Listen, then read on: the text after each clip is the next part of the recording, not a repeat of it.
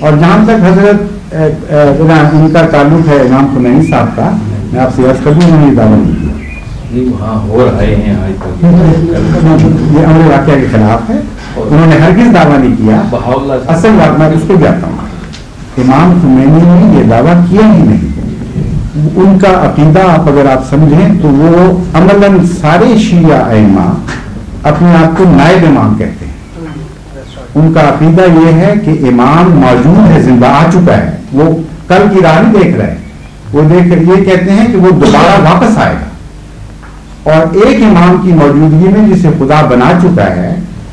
کوئی دوسرا امام بن ہی نہیں سکتا۔ اس لیے وہ کہتے امام ہیں، لیکن ان کی مراد یہ ہوتی ہے کہ ان کی نیابت کر رہا ہے ان کا قائم مقام، اس لیے وہ دعویٰ نہیں۔ اور آج تک انہوں نے امام خمینی صاحب نے کبھی یہ دعویٰ نہیں کیا کہ خدا نے مجھے مقرر کیا، ایک فکر آپ نہیں دکھا سکتے۔